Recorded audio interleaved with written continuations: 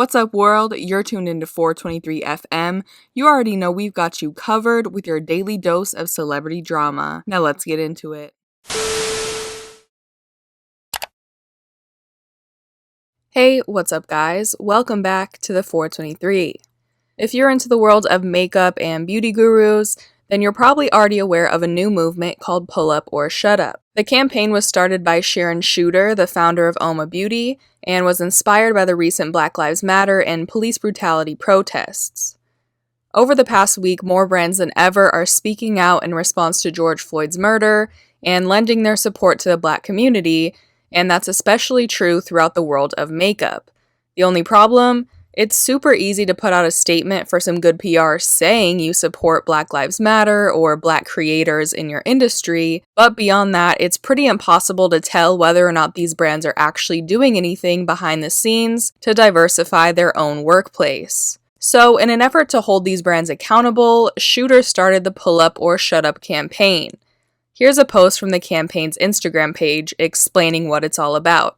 Dear brands, thank you for the public statements of support for the Black community. Whereas we understand and appreciate the support, be conscious that to piggyback off a trending hashtag when you have been and continue to be a part of the problem is once again appropriating and exploiting the Black community. So we ask all brands who have released a statement of support to publicly release within the next 72 hours the number of Black employees they have in their organization at a corporate level. We also need to know the number of Black people you have in leadership roles.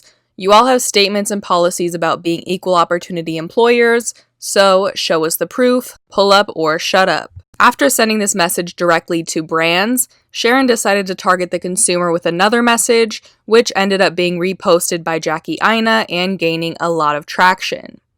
Dear allies, your favorite brands are making bold PR statements about their support for the Black community. Please ask them how many Black employees they have in their organization and how many Black people they have in leadership roles. For the next 72 hours, do not purchase from any brand and demand they release these figures. Ask them to pull up or shut up. Once this really started to spread around, I think a lot of folks, me included, doubted that any brands would actually post these figures, but due to all of the pressure from customers and the current climate, a lot of them did. So here are some of the brands that released their numbers and let the world know how diverse they really are behind the scenes. e.l.f. posted their response, writing, "We are proud that our talented employees represent the consumers we serve. Our team is 70% women and 45% diverse. We are also proud to be one of 10 public companies with over 60% women on our board of directors out of 4,800 plus public companies." And because their actual post was pretty vague, Pull Up or Shut Up reposted e.l.f.'s response and added that their leadership team is 14% Black.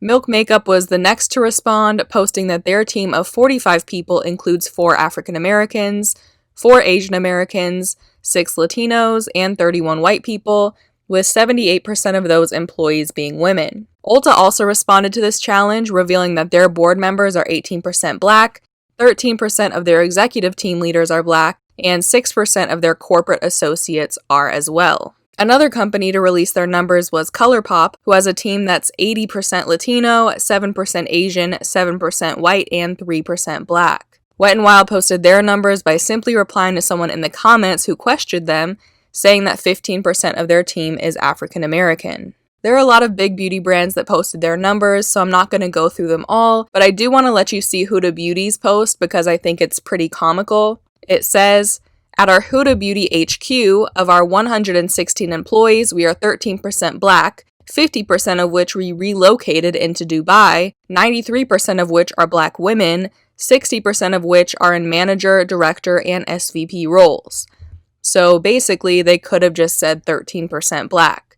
You know that quote from Anchorman, 60% of the time it works every time? That's what it looks like Huda Beauty is doing here. What does 50% of Black employees being in Dubai have to do with anything? This comment under their post says it perfectly. This is misleading. You took a small percentage and broke it down into further categories to make the numbers look better, hoping people wouldn't notice or understand how to do simple math. It's like saying 100% of our Black employees make up 13% of our employees, and people read that 100% and are impressed. Plus, it's weird they even did that because compared to all these other companies, 13% is actually pretty high, so they didn't need all that extra razzle-dazzle. I also noticed pretty much every brand who posted their numbers boasted the amount of women they have working for them, which, yes, in most environments counts as diversity, but I just have a hard time looking at a makeup company with mostly women working for them as some amazing feat. I also don't know how these brands are breaking down certain categories, like Colourpop saying their employees are 80% Latino, 3% Black, and 7% white, because there are white Latinos and Black Latinos, so what do those numbers really even mean? Obviously, overall, these numbers are pretty disappointing, and most of these companies acknowledged in their breakdowns that they need to do better, but we can only hope that they actually mean that and stick to that promise once this huge focus on diversity inevitably eases up. Also, we really have no idea what these numbers actually represent within these companies. At one of my previous jobs working at Nike, I'd say probably 80 to 90% of my coworkers were Black, which is great. The only problem was that the 10 to 20% of white employees was the entire leadership team. There would be certain people working there for 4, 5, 6 years who were trying to move up in the company, and once it came time to fill a leadership position, Nike would always hire externally and bring in another white person to fill that role. So, while the Pull Up or Shut Up campaign did ask for brands to reveal the numbers within their leadership roles, I doubt everyone followed those rules. Anyway, I want to know what you guys think about this. Are you surprised to see so many brands revealing this information to the public? And will these figures change how you spend your money in the future? Leave your thoughts down below in the comments, subscribe to the 423 for more videos, and if you like this one, just give it a quick thumbs up. That is it for today. I will see you guys next time. Bye.